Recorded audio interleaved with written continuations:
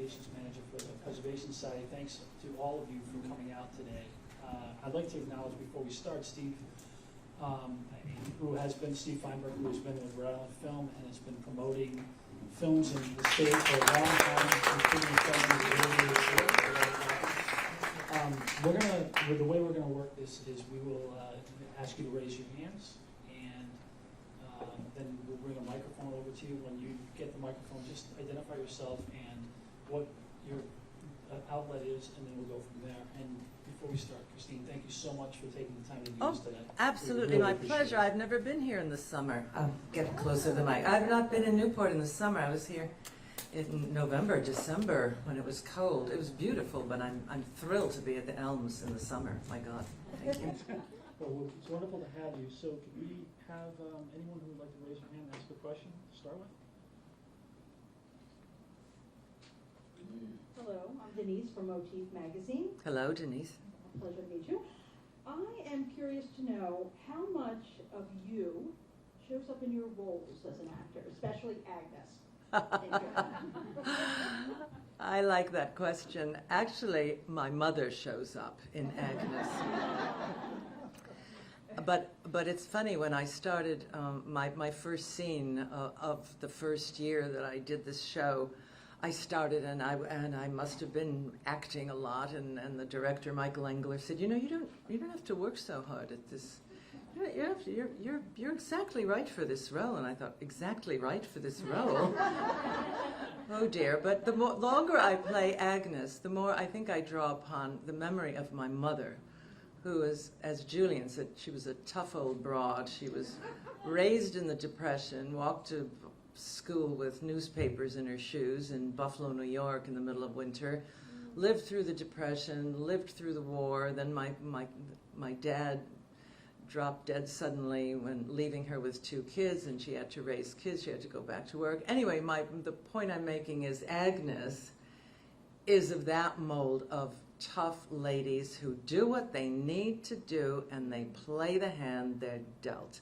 And if they're a little tough, well, you know what? They had to be tough.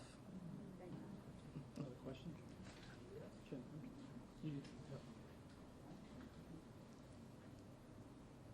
How's it going? I'm Dan with Channel 10. Hi, Dan. Just wondering, what have you enjoyed the most about filming The Gilded Age in Newport?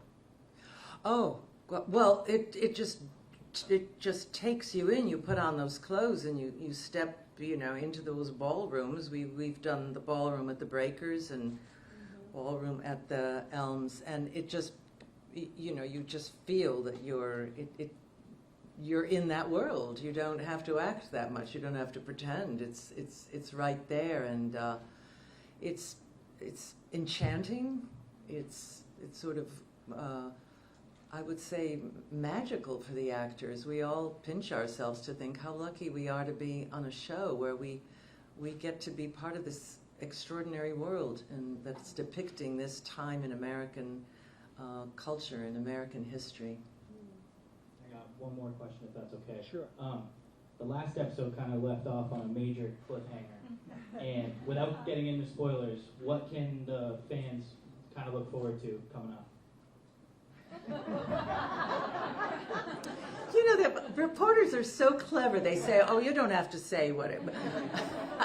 What they have to look forward to is an extraordinary final episode. And, you know, it just, I gather our ratings just keep going up and up and up with every episode. And I think, you know, season 3 has been a great triumph for the show. And I think in large part because it took a while to establish these characters and for the audience to get to know all these different storylines and upstairs, downstairs, you know, are the haves, the have-nots, and who is, you know, moving in across the street and what the social mores are. But now that we've established it, the audience is so invested in the storylines of these characters. So I'm so happy we're going to have a season 4, because we're just going to continue all these storylines and continue the journey of what's happening in America at that time, you know.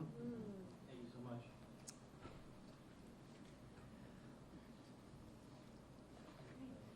Hello. Hi.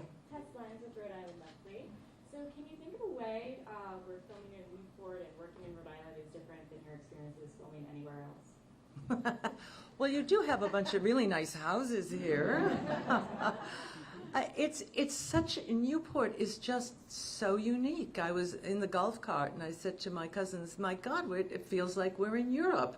But of course, they did want to replicate European aristocracy. So in a way, it's not quite America. Newport is parenthetical, isn't it? I mean, you have 18th century architecture in Washington, D.C. and Philadelphia, but this is something else. This is a world that they created at a time when there was so much money and so much confidence in their own identities and so much swagger that they had the money, they could hire the best architects, they could import the best marble and statues, and you know, the English aristocracy was kind of going bankrupt, so we just bought all of their paintings and all their swag and put it in Newport. But it's a most unique place, and really, when I say Enchanted Kingdom, it really does feel that way. I mean, look at what the Elms looks like on a summer evening. It's unbelievable. Hi, Lauren King, Newport this week. This show is such a gift to us Broadway fans. Oh. Can you talk a little bit about not only playing against Cynthia, but your scenes with Deborah Monk and Donna Murphy, and just how that is for you? We all have these connections. I've said one of the reasons we all love the show and wanted the show to continue is because it is rather like a repertory company of theater actors. And if we haven't worked together, and most of us have worked together, we've seen each other's work, or we've done readings, or we did regional theater at one time, or we did Broadway shows. I mean, I played Cynthia Nixon's mother in 1984. And I played, I was in a courtroom with Audra McDonald on The Good Fight. So we have all of this bonding, and it's very special. We're all really well trained. You know, if you're a theater actor, you just have to know your stuff. So everybody shows up on time, knows his or her lines, knows the professional ethics, and the workday goes fast, and we're just all delighted to be with each other. So that also makes this show quite unique. The abundance of theatrical talent.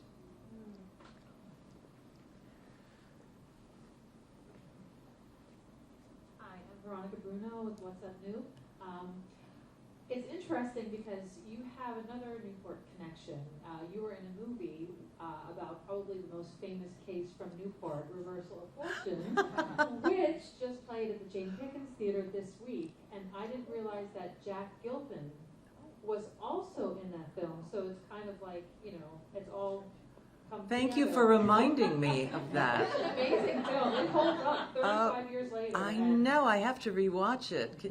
Thank you. Yes, that was Newport. Oh my do you have any gosh. stories like that, you could share from that time? All I Or know about is I Gilpin? was hired to do his mistress, Andrea Reynolds, and I just recently had a baby, and I was just not thinking very much about preparing for this role, and I had to have this Hungarian accent, and I remember just, working up a Hungarian accent, and then she was a brunette, so I darkened my hair and chopped it off because she had rather short, full hair, but I just went in there and I thought, well, here it goes, and I remember years later being in a nail salon on the Upper East Side, and a woman came up to me and said, just want you to know, I knew Andrea Reynolds, and you were exactly like her. And I thought, well, that's a mistake. That's a happy accident, because I certainly didn't, do a whole lot of research. Thank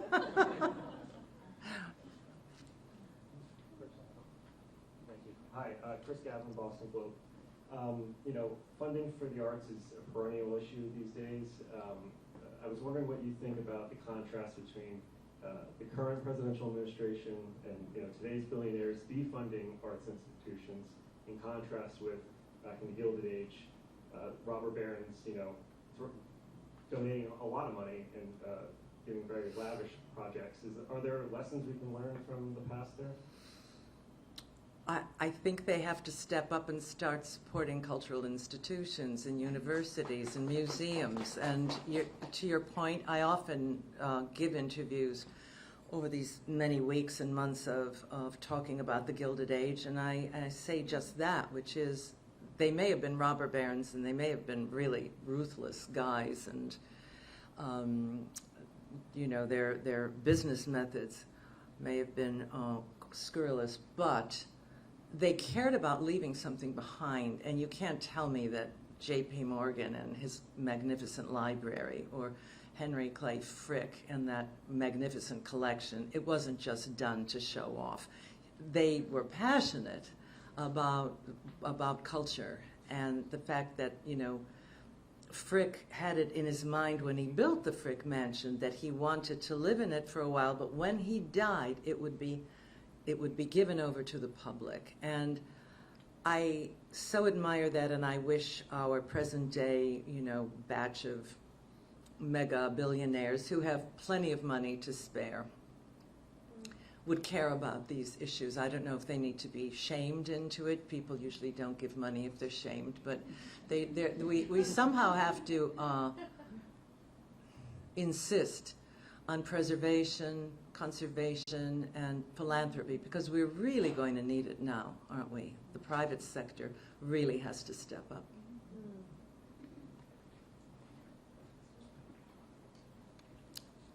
Paul Parker from the Providence Journal.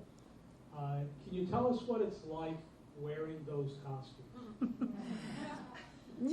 It's tight. It's kind of, it can feel claustrophobic, but actors are trained, particularly theater actors, are trained to do period pieces, and so I actually welcomed a chance to do a period piece on film. That was a lot of my training at Juilliard, was doing corset roles, doing restoration drama, Shakespeare.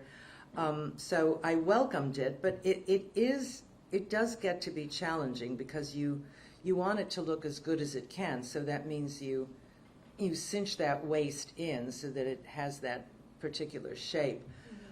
But all of the women in the first season, we went too far. We wanted to impress how willing we were to suffer and to have these small waistlines. Meanwhile, we couldn't breathe, But now we've loosened the corsets a little.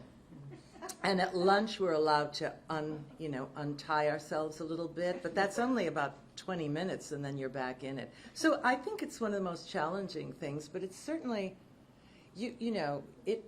You can't sit like this. You really have to sit very erect to hold it up, or it'll actually be uncomfortable. But it also speaks to how it speaks to the rigidity or the formal aspect of the culture in which you live, the social mores, the fact that you're wearing that, And I have particularly heavy ones. I'm just wearing velvet curtains as far as I'm concerned.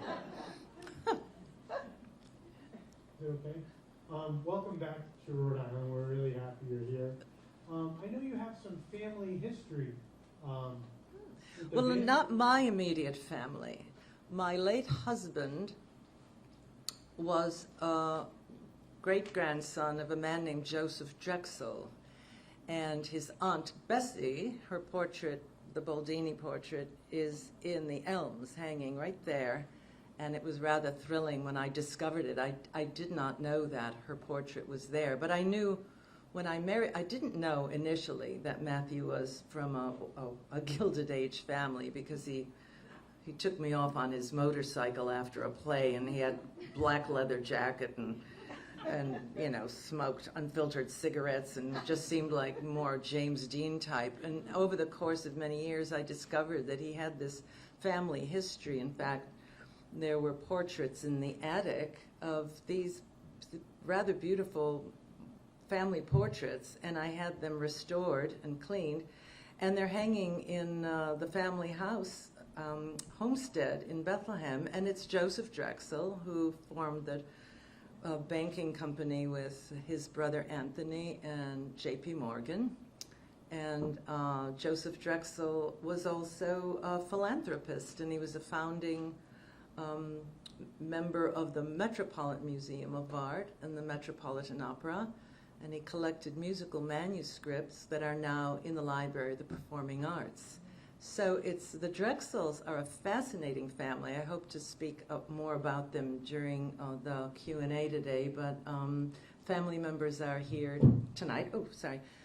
My late husband's cousin Kate and Hopi Parker are here, and they have lots of Drexel stories if you want to ask them. But yeah, it's marvelous as I became involved in the Gilded Age to talk to Julian and say, you know, I have some stories for you, because Elizabeth Drexel wrote.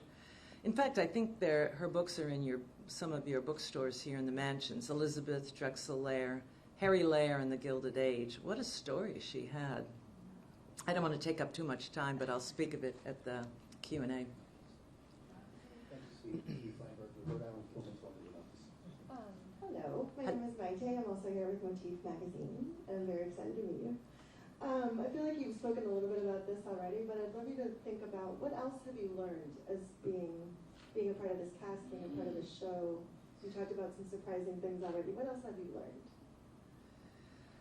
Well, I think, like so many Americans, I didn't know nearly enough about the Gilded Age. I'd read House of Mirth and Age of Innocence, and we all love Edith Wharton, but it wasn't until I did this show that I began to really realize that the Civil War changed America, and the years after the Civil War seriously changed America, because we went from an agrarian to an industrial society rather quickly.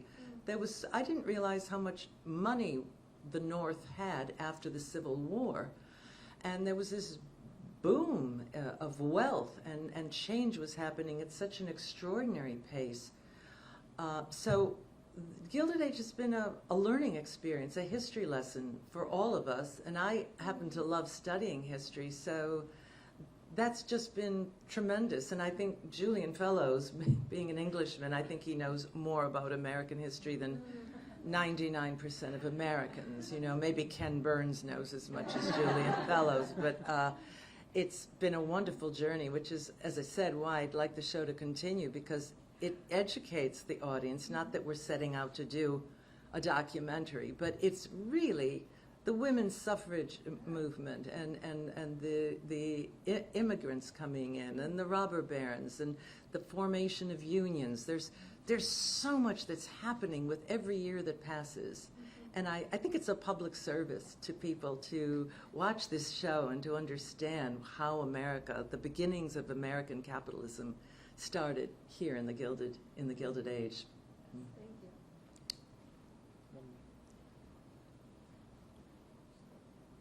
Brian Felsenthal, Channel 12, WJAR. You mentioned that you're big into history. If you could connect, have dinner, have a meal, have coffee, have a glass of wine with somebody from this time period, whether they're, the haves or the have-nots, who would it be? Probably Mark Twain. Fun company. I wouldn't have minded getting to know Aunt Bessie and her world. I mean, she was just such a glamour girl. Kate gave me a letter that she'd written to her sister when George VI was visiting Paris, and it was all about what she was wearing and how fabulous her jewels were, and she was just such fashionista. You know, and these women in the Gilded Age, they were the equivalent of our fashionistas. You know, you could see them all at the Met Gala. Behind you. But I'm sorry, we'll go back there. Sorry about that. How you doing? My name is Mike Warner. I'm with Two of My Podcasts, my own little podcast. I wanted to ask, in your career, you've done a lot of things. I can remember you in like little roles like Life with Mikey and things like that from like growing up. But you did like Big Bang Theory, and now you're doing the Gilded Age. Like, how do you select your roles? You know, it's not as though you have 10 offers on any given day and say, gee, I wonder which one I'll take. Things come along and you think, oh, okay, you know, and you go with it. You don't have an infinite number of choices as an actor. And Actually, it's quite tough out there now because they've cut back on production. So I feel like I am such a fortunate actress to be on a show of this caliber produced by HBO, and that has a, it's now going to go into a 4th season. I did 13 years as Diane Lockhart. I've been a very lucky actress, but it's not as though, it's funny. It's almost luck, except people want you for your reputation or your skill set, or she'd be exactly right for this role. So you do get things that way, but you fall into things. I mean, this thing with Julian, I remember being at an HBO after party, and I'd heard rumors that he wanted to do an American version of Downton Abbey about the Gilded Age in America. And I got so excited. I had the temerity to go up to this estimable man and introduce myself and say, if you ever do it, I would, love to be in it. And my late husband was from a Gilded Age family. Anyway, that happened years before the actual Gilded Age went into production, because it was only a rumor and there was talk of producing it, and then it didn't happen for years afterwards. And then when it finally happened, here I am sitting under Aunt Bessie's portrait at the Elms and thinking, well, how did this happen? But it does seem sort of magical, doesn't it? We have time for just a couple more.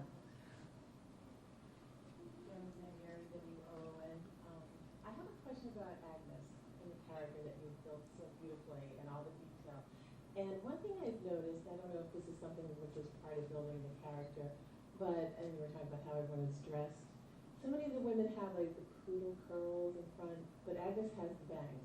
And I didn't know if there was like a statement like, oh, look at Agnes. She's like not going like this. I had those feathery little curls on my forehead in season 1, and it didn't feel right. She's just not a curly girl. And I like how straight and blunt those bangs are. They kind of say, don't mess with me. It made a statement. That's what I was thinking too. Thank you. We'll go here and then here. Thank you. Hi, Christine. I'm told by the boss not to fangirl, but too late. He gave me the microphone. As a gal from Buffalo, a city that looks built on Parisian architecture, does Newport feel in any way organic to your experience? And two, Well, I didn't live in that part of Buffalo, that where the Frank Lloyd Wright mansions were. I was in a blue-collar suburb of Buffalo, a Polish-American community. But Buffalo, to your point, does have extraordinary architecture. And two, if we can continue to draft off of your Buffalo roots, as a Buffalo Bills fan, do you have any tailgate suggestions for hors d'oeuvres? Oh, for hors d'oeuvres. Gosh, I took my little grandsons back to Buffalo and showed them where I grew up, and we went to a Bills game, and I was in a VIP section, so we had choice of a lot of different foods, and it was simply one of the great afternoons of my life, taking my little grandsons, and the Bills won that day, and now I think they're going to have another great season, so I can't believe I'm here in Newport saying, go Bills, but... One last question, and then... Hi, Christine. How are you? Fine, thank you. I'm Heather. I do a morning show on Late 105 radio. And I have to admit, and I don't know why it took me as long as it did to get Agnes. I was a little mad at her at the beginning. I was like, she's so cranky. Mm-hmm. And then all of a sudden, their switch happened, and I was like, oh my God, this is the Maggie Smith, right? Like, this is the character. And now I can't wait for you to say something funny. Do you look ahead at the script to find your quips? Have you written any yourself and said, I'd rather say this instead? Oh, no, I don't rewrite Julian Fellows.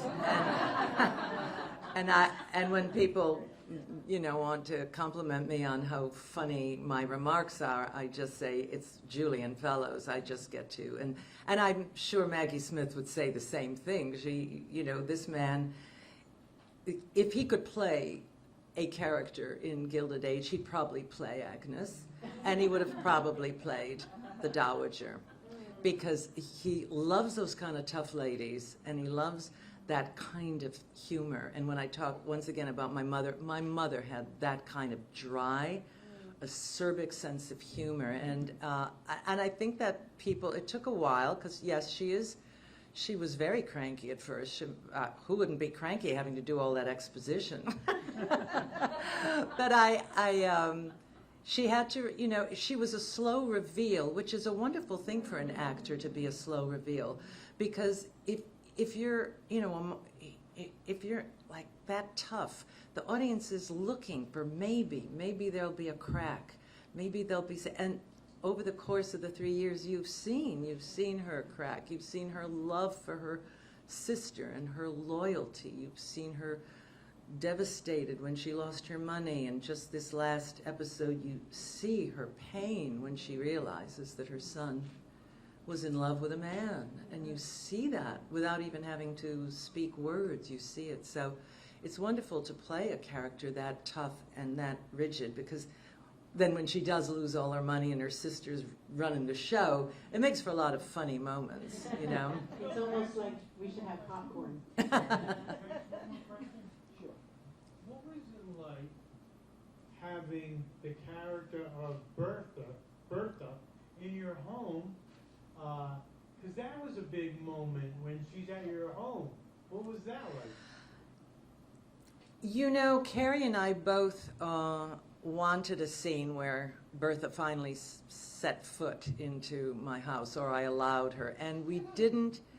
It was expediency that we had to all get together, and Ada had the group over, and Mrs. Astor was there, but it was, I think, a missed opportunity that suddenly I was comfortable having this woman. I think more could have been made, and I think Carrie and I are still waiting for that, I don't know, that scene, that showdown somehow. I think it'll be delicious. I'm sure it'll happen. Yeah. Christine, thank you so much. Thank you. Thank you for your question. Thank